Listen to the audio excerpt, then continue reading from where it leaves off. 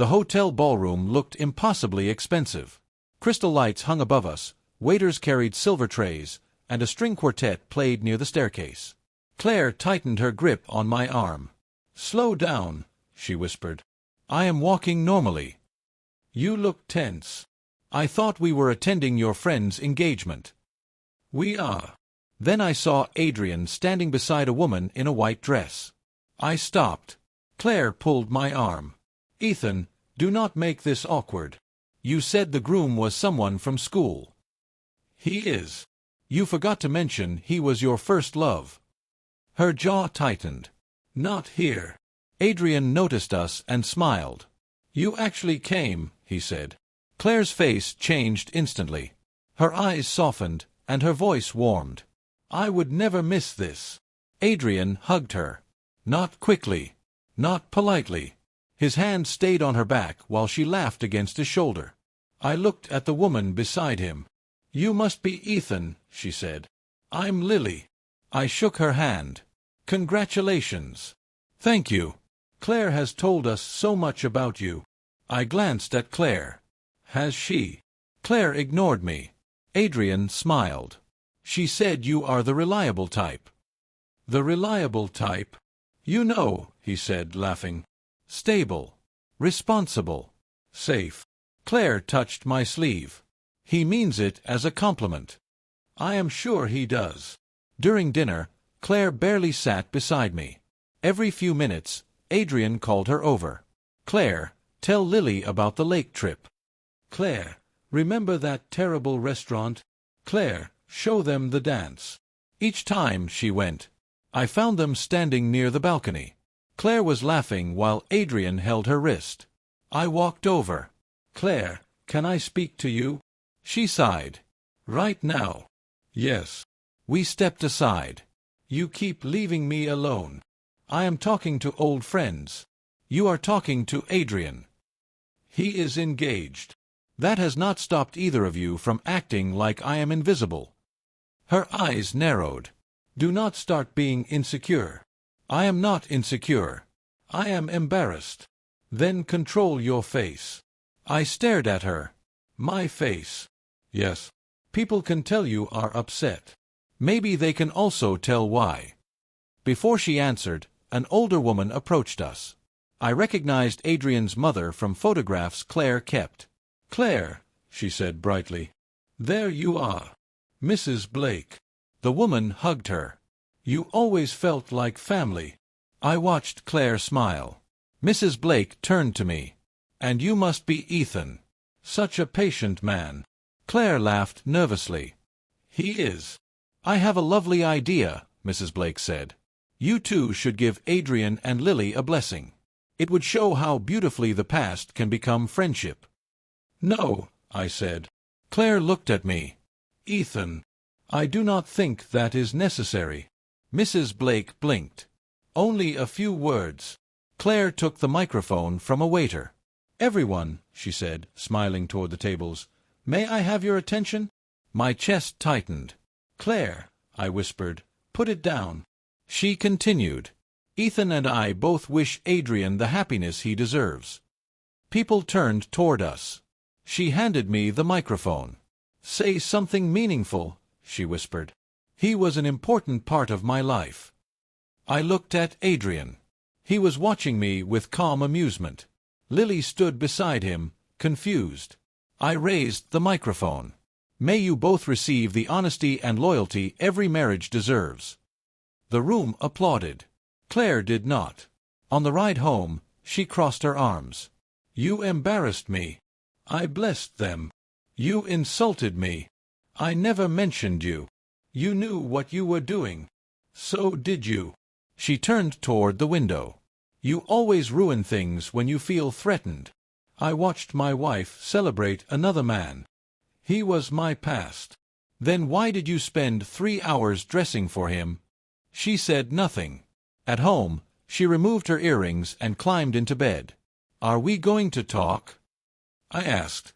"I am tired." "Claire." "Good night, Ethan." Within minutes, she was asleep. I sat alone in the living room, remembering every comparison. Adrian was spontaneous. Adrian understood music. Adrian made her feel alive. I had paid bills, held her through grief, and built our home. Somehow, that only made me safe. Not loved.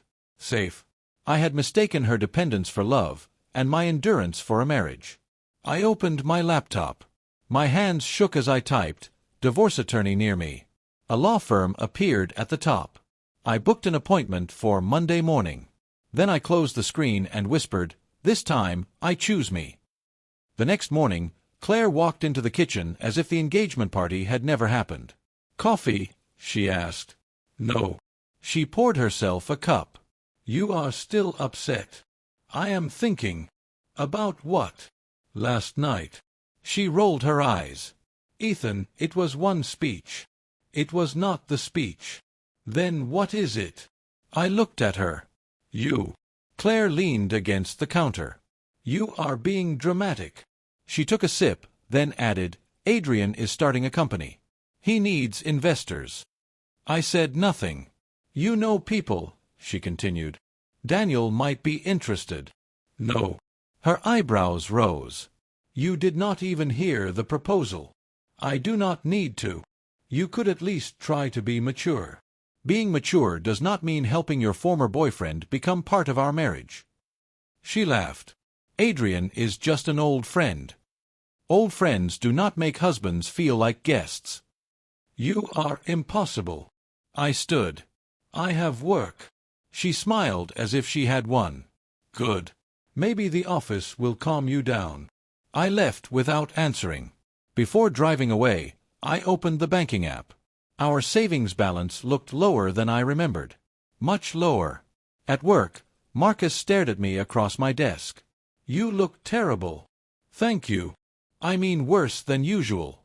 Claire made me bless Adrian's engagement. He stopped smiling. "Her Adrian?" "Yes." "The man she wanted to marry?" "Yes." Marcus leaned back. "Tell me everything." I did. When I finished, he said, "She did not force you to bless him because she respected you. She did it because she wanted to prove you would accept anything." "That is what I thought." "No. You hoped you were wrong." I looked down. He softened his voice. "What are you going to do?" "I booked a legal consultation." "Good. I have not told her." "Better." Marcus gave me a number. "Call this attorney." She handled my brother's divorce. That afternoon, I sat across from Laura Bennett in a quiet office. "Do you share accounts?" she asked. "Yes." "Property?" "Our apartment is in both names, but I paid the deposit." "Can you prove it?" "I think so." "Then collect everything. Statements, tax records, loan papers, receipts." She turned her screen toward me. These transfers appeared during my preliminary review. I stared at 6 payments from our savings account. "Where did they go?" "A consulting firm called Blake Strategic." My stomach tightened. "Blake. Do you know it?" "Adrian Blake." Laura nodded slowly. "Then do not confront anyone until you save copies." That evening, I gathered bank records, mortgage documents, and old transfer receipts. Claire watched from the doorway. "What are you doing?" "Organizing paperwork." "Since when?" "Since I noticed our savings were missing." Her face changed. "How much did you send him?" "I do not know what you mean." "Blake Strategic." She crossed her arms. "I helped a friend during a difficult time." "You used our money." "It was temporary." "You never asked me." "I knew you would say no." That answer hurt more than denial. "So you decided my opinion did not matter?" "You always make everything complicated." "Our savings are complicated." "He needed help." "And I am your husband." She looked away. "Do not turn this into something ugly." "You already did." The doorbell rang. Rachel stood outside holding a small bag. "I brought Claire's dress," she said. "She left it at Mom's." Claire took it sharply. "You could have called." Rachel looked between us. "Bad time." "I am going to shower," Claire said. When the bathroom door closed, Rachel moved closer. "Are you okay?" No. She lowered her voice. I saw Adrian's company name on Claire's laptop. My chest tightened. How much do you know? Not enough. But please check Claire's old tablet. She forgot that it still connects to her messages. Why are you telling me? Because you deserve the truth. After she left, I found the tablet in a drawer. The screen lit instantly. Hundreds of messages appeared. My thumb froze over one conversation. Claire had written, "Sometimes I wonder what my life would have been if I had waited for you." I wanted to wake Claire and demand an explanation, but Laura's warning stopped me. Anger would give her time to erase everything. I photographed everything, backed up the messages, and returned the tablet to its drawer. Silence was not weakness now. It was preparation. I read it twice. Then I understood I had never been her choice. I had only been the man who stayed. I waited until Claire fell asleep before opening the tablet again. The first message was dated 11 months earlier. Adrian had written, "I heard you got promoted." Claire replied, "Ethan helped me prepare for the interview." That sounds like him. Always useful. I stared at the word useful. Further down, Claire had written, "We argued again." What about? He works too much. Does he ignore you? No. He keeps saying he is building our future. Adrian answered, "Ethan gave you a safe life, but safe is not the same as real love." Claire replied, "He is a good man. I just do not feel alive with him." I read that sentence 3 times. My chest felt hollow. I had taken extra work when her father became ill. I had paid her student loan when she lost her job. I had canceled trips because she feared debt. To her, those sacrifices had become proof that I was boring. Another message appeared. "How much does Ethan earn now?" Adrian asked. Claire gave him the exact number. "What do you have in savings?" She told him that too. Then she described our arguments, our private routines, even things I had shared only because I trusted her. I whispered, "You gave him everything." Claire shifted in bed. I froze. "Ethan," she murmured. "Yes." "What are you doing?" "Finishing some work." "You worry too much." She turned over and fell silent. I copied every conversation, saved the bank records, and sent everything to Laura. Her reply came minutes later. "Do not confront her. We will begin separating your finances legally tomorrow." At lunch, Laura called. "The new account is active," she said. "Your salary will go there. What about the apartment? Keep paying your share. Do nothing that looks dishonest. I do not want revenge." Good. Courts handle facts better than anger. Afterward, I packed a small office bag with documents, clothes, and my passport. I was finally preparing to leave without destroying myself first. The next morning, Claire smiled while spreading jam on toast. "Adrian wants us to attend dinner Friday." "Why?" "He wants your opinion on his company." "I thought you said he already had investors." "He wants better ones." "And Lily will be there?" "Of course." I nodded. "Fine." Claire looked surprised. "Really?" "Yes." She smiled. "I knew you would calm down." I let her believe that. At work, Daniel Foster called me into his office. "Close the door, Ethan." I sat across from him. He pushed a folder toward me. "The Singapore project needs a new lead." "That is a major account." "I know. You want me to take it?" "I would not have called you in to discuss the weather." I opened the folder. "It means travel. Some long hours." "Definitely." I almost refused. Claire had complained for years that my work came first, even when the money paid for everything she wanted. Daniel studied me. "Who are you trying to protect by saying no?" "My marriage has been difficult." "Then answer this honestly.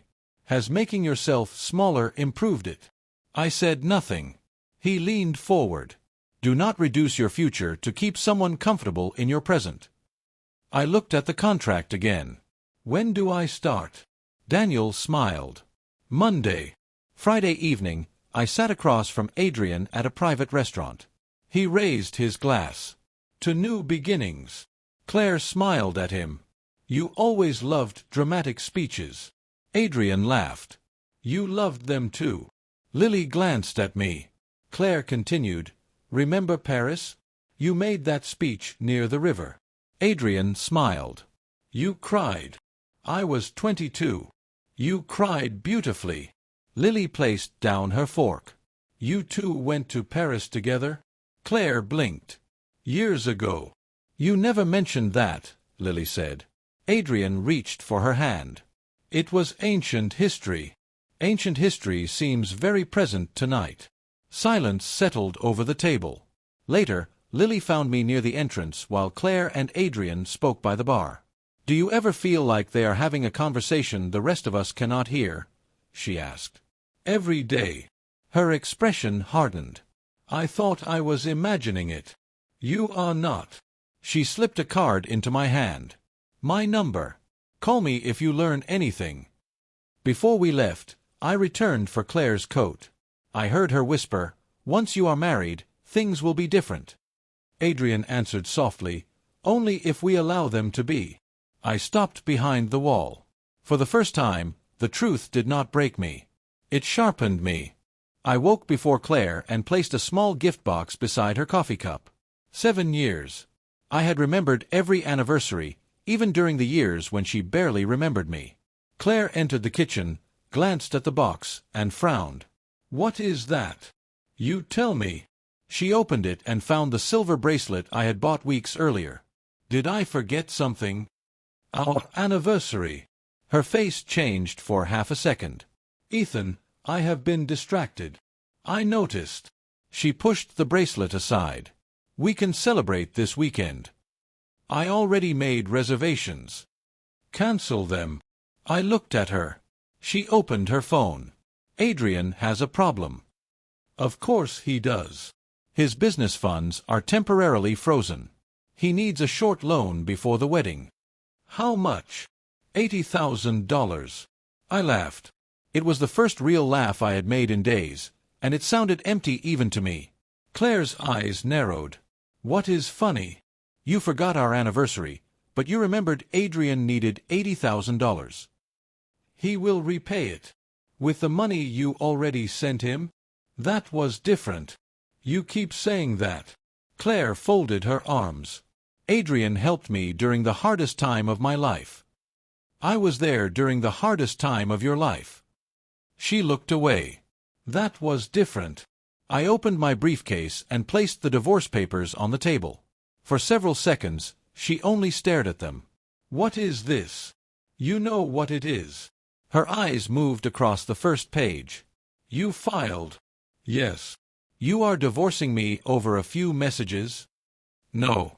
I am divorcing you because you stopped being my wife long before I stopped being your husband.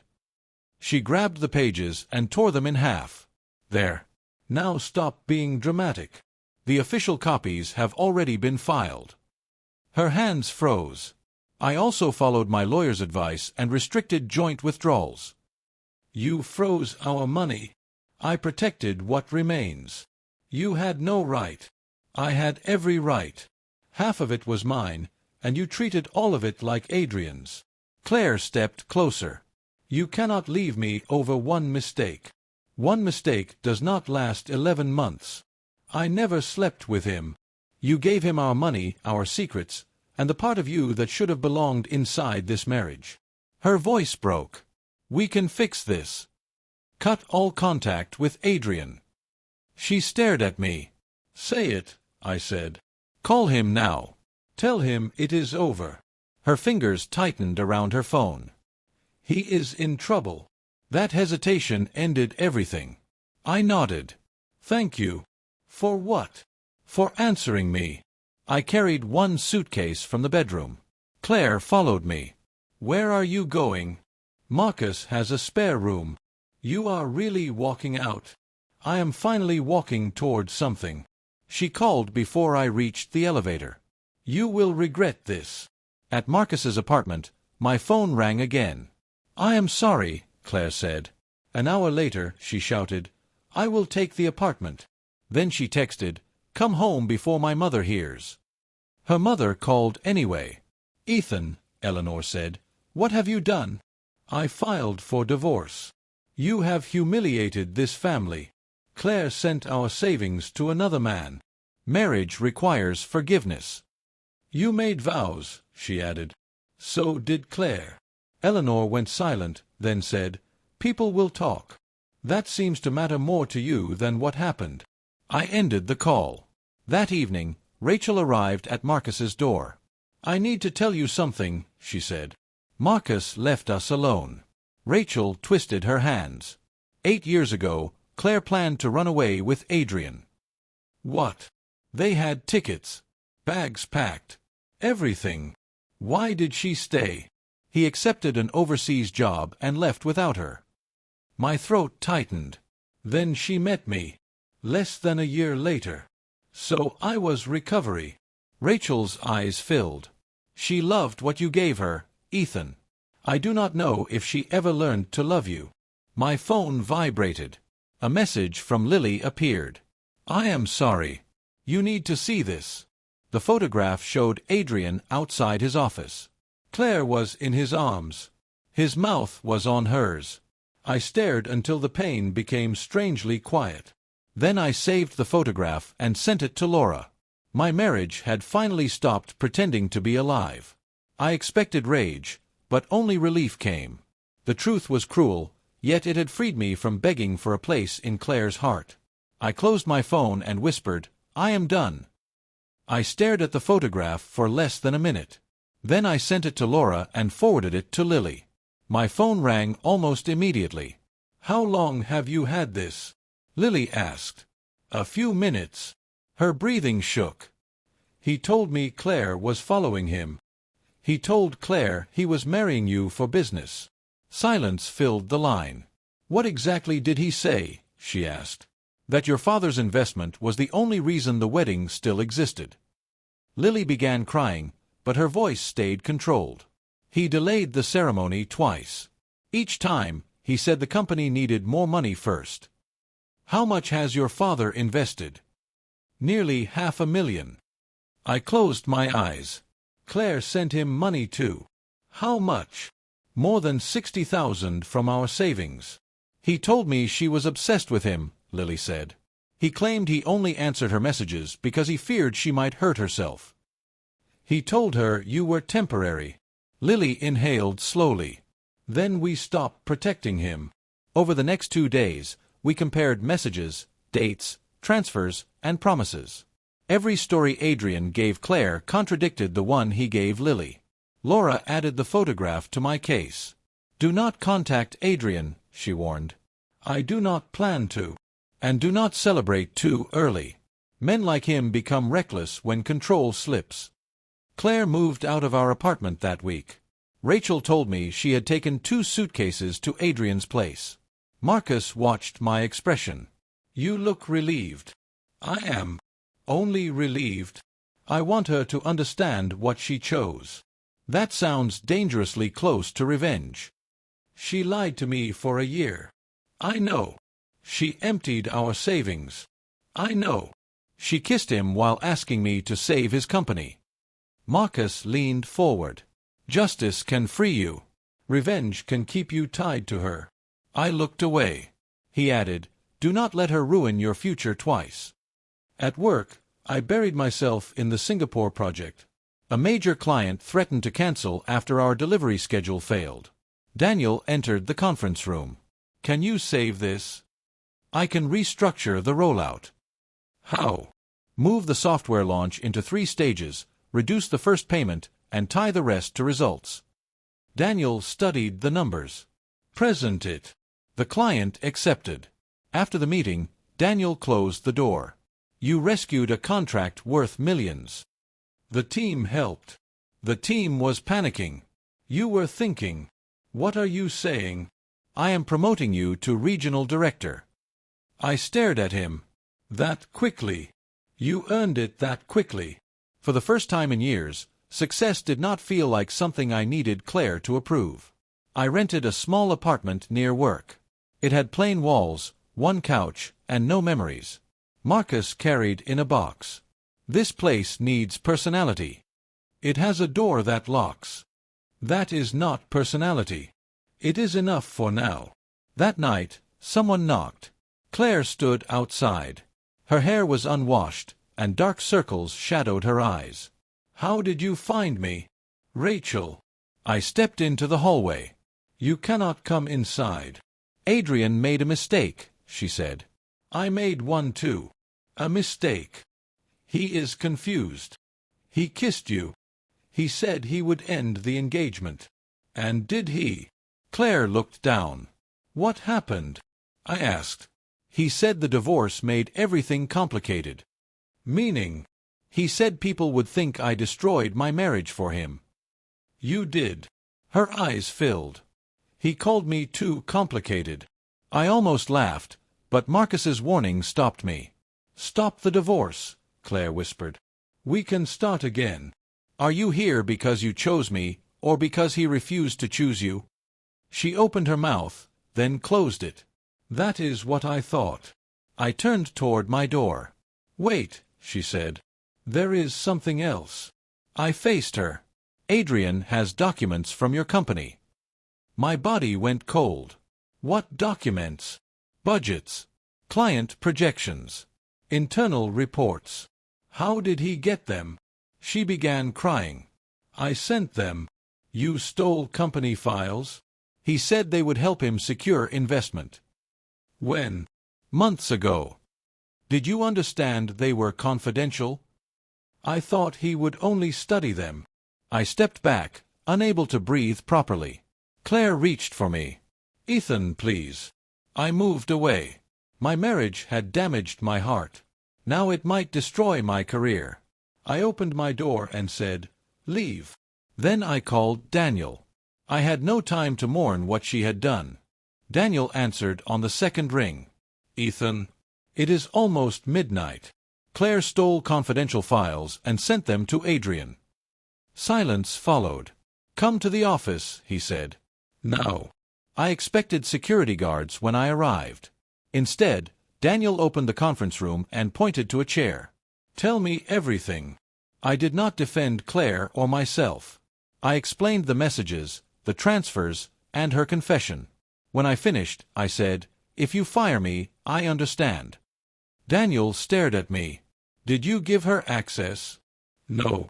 "Did you know she had taken anything?" "No." "Then I am not firing the one person who came here voluntarily." We reviewed the files until sunrise. Daniel frowned at one report. "These figures are wrong." "Altered." "Yes." Adrian increased projected revenue and removed the risk section. I opened another document. He used our client names. "To attract investors," Daniel said, "for a project that does not exist." He called the authorities. Detective Nora Hayes arrived that morning. She placed a recorder on the table. "I need complete cooperation," she said. "You have mine," I replied. Claire's email transferred several files. She admitted sending them. That makes her involved, whether she understood the full scheme or not. Lily joined us by video call. "Adrian threatened me," she said. "With what?" Nora asked. "Private photographs. He said he would release them if I spoke to my father." Nora looked at me. "Has he contacted you?" My phone rang before I could answer. Adrian's name appeared. "Put it on speaker," Nora said. I answered. "You have been busy," Adrian said. "So have you." "You think filing for divorce made you strong?" "No. Walking away from people like you made me strong." He laughed. "Your company will blame you when investors learn whose wife stole the files." "What do you want?" "I can make this disappear." "For how much?" "I am offering you money, Ethan. Enough to start again. You stole data, lied to investors, and blackmailed 2 women." "Everyone lies." "Not everyone builds a business from fraud." His voice hardened. "Think carefully." "I already did. My answer is no." He ended the call.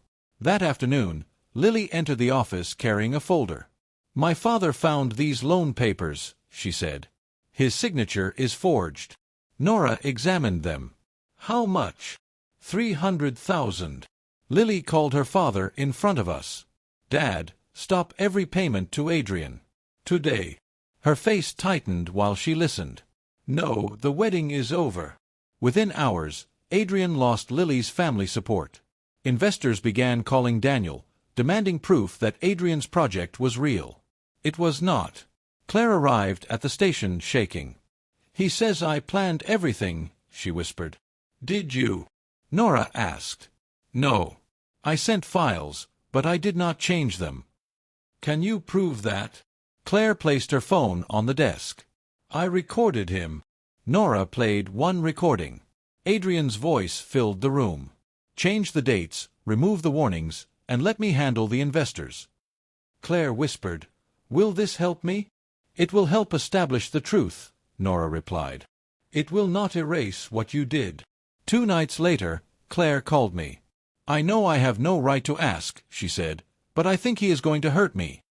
Where are you? He asked me to meet him. Why would you go? He promised to return the evidence and leave the country. That is a lie. I know that now. Send me the location. She hesitated. An unfinished building near Harbor Road. Stay outside. I am already inside. My anger surged. Part of me wanted to say she had chosen Adrian and should face him alone. Then I heard a door slam through the phone. Claire gasped. He is here. The call ended. I contacted Nora, sent the location, and drove there despite her warning to wait. The building stood dark against the river. I entered through a broken side door. Claire! I shouted. No answer came. Then a scream tore through the upper floor. My shoes struck bare concrete as I climbed. Dust filled my mouth, and every level looked unfinished. On the 3rd floor, I found Claire's handbag beside a steel column. Her phone lay nearby with its screen cracked. Claire! I called again. A man's voice answered from above. Come alone, Ethan. I recognized Adrian immediately. Nora's warning echoed in my mind, but another scream erased every sensible thought. I ran toward the stairs. I reached the top floor and stopped. Wind moved through the open concrete frame. Adrian stood near the edge with one arm locked around Claire's neck. A black bag lay beside him. Cash spilled from the zipper, and 2 passports rested on the floor beside a silver flash drive. Claire's face was pale. Ethan, she whispered. Adrian tightened his grip. Do not move. I raised my hands. I am not moving. Sirens sounded below. His eyes flashed. You brought the police. They were already coming. You ruined everything. Claire struggled. You did that yourself. He pulled her backward. Her heel slipped near the edge. Stop, I said. Adrian looked at her. You promised you would always choose me. Claire's voice shook. I destroyed my marriage for a man who never loved anyone. Shut up.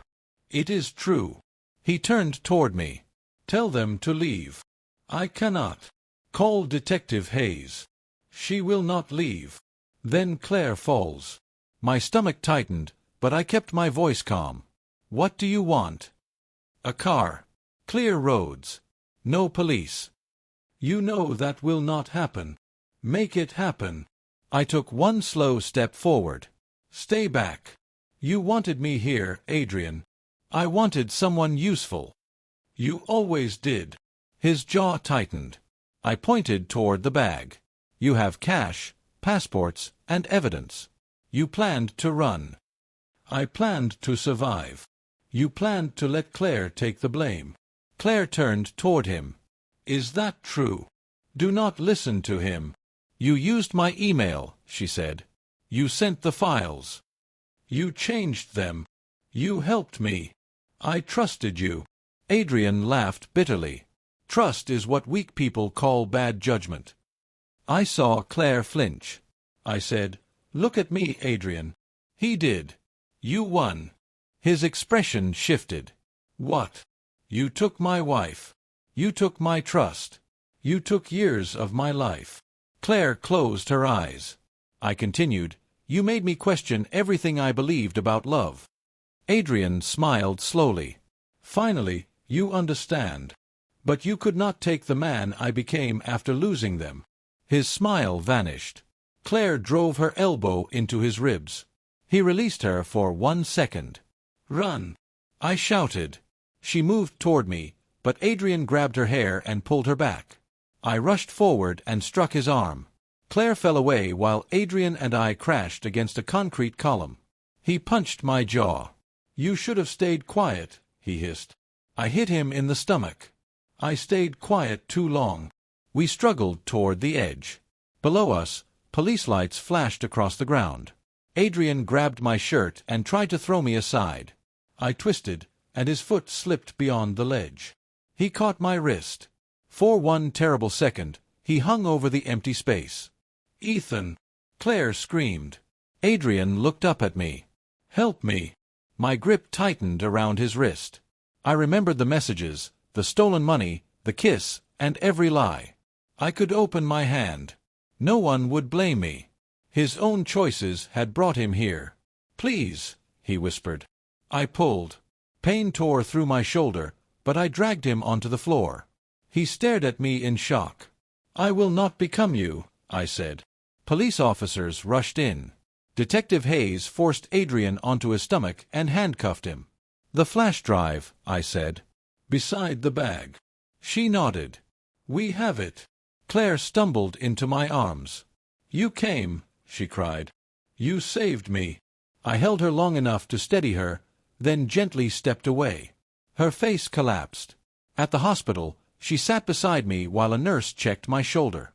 Does this mean you still love me? She asked. I looked at her. I saved you because your life has value. It does not mean our marriage still has one. She began crying. I understand. Do you? Yes. She wiped her face. You chose to save me after everything I did. I could not even choose you when you asked. I said nothing. Several weeks later, we sat across from each other in Laura's office. Claire signed the final page. She pushed the papers toward me. I will not fight you. I signed beneath her name. Goodbye, Claire. She nodded through tears. Goodbye, Ethan. When I walked outside, I expected grief. Instead, I felt peace. I had saved Adrian from death, Claire from him, and myself from becoming either of them. For the first time, my life belonged only to me, and no longer haunted my steps. 1 year after the night at the unfinished building, I sat in court and watched Adrian receive his sentence. The judge said, fraud, blackmail, theft, and financial conspiracy. Adrian looked smaller than I remembered. When the guards led him away, Lily stood beside me. It is over, she whispered. For him, I said. For us too. She had repaired her relationship with her father and started a foundation for people trapped by financial abuse. She asked me to advise its board. You trust me with that? I asked. I trust the man who refused to let another man fall. Rachel had moved to another city and begun training as a counselor. She called me after her first week. I finally understand why silence can become harm, she said. You spoke when it mattered. I should have spoken sooner. So should I. Claire received probation because she cooperated with Detective Hayes. She lost her job, many friends, and the social life she once protected more fiercely than our marriage.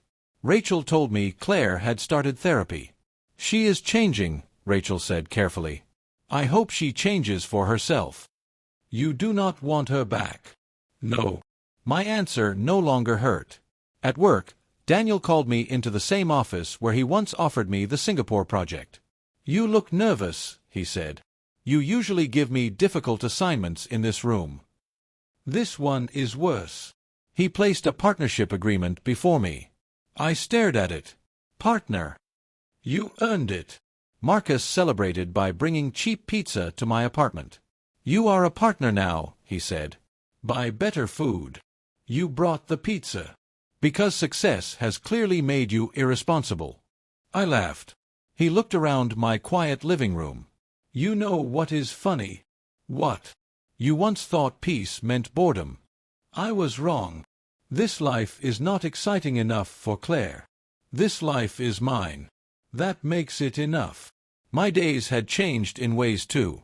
I cooked breakfast, answered calls from friends, and slept without checking whether someone beside me was disappointed. Some evenings still felt lonely, but loneliness was cleaner than rejection. I no longer measured my worth through Claire's attention. The quiet around me was not emptiness. It was space, and I was learning how to fill it. A week later, Claire sent one message. Could we meet once? No arguments. No requests. I agreed. She chose the hotel where Adrian's engagement party had happened. When I entered the lounge, she was already waiting with a small wooden box. "You look well," she said. "So do you." "I look tired." "You look honest." She gave a weak smile. "Therapy is unpleasant." "So is truth." "That is what my therapist says." She pushed the box toward me. Inside were our wedding rings and a folded letter. "What is this?" "I wrote it before our wedding." I opened it. The first line made my hands cold. "I still wait for Adrian, but Ethan is good enough to help me forget him." I stopped reading. Claire whispered, "I found it while moving." "You knew before marrying me?" "Yes." "You knew you did not love me fully?" "Yes." "Then why?" "I was afraid of being alone. You were kind, steady, and safe. You used me as shelter." "I did." Her eyes filled, but she did not look away. "I should never have married you while loving someone else," she said. "You deserved to be chosen fully." "So did you. But you should have chosen yourself before using me as a place to hide." "I know." She touched the box. "Do you forgive me?" I breathed slowly. "I forgive you enough to stop carrying you. But forgiveness is not an invitation to return." She nodded. "I did not come to ask for another chance." "Good. I came to say I am sorry without asking you to make me feel better." For once, I believed her. After she left, I took my ring to a jewelry store near the river. A donation box on the counter supported families recovering from financial abuse.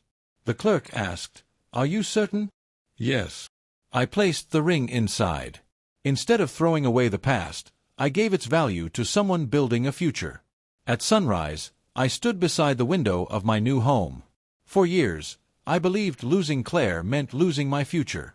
I was wrong. Filing for divorce had not only ended my marriage. It was the first time I truly blessed my own life.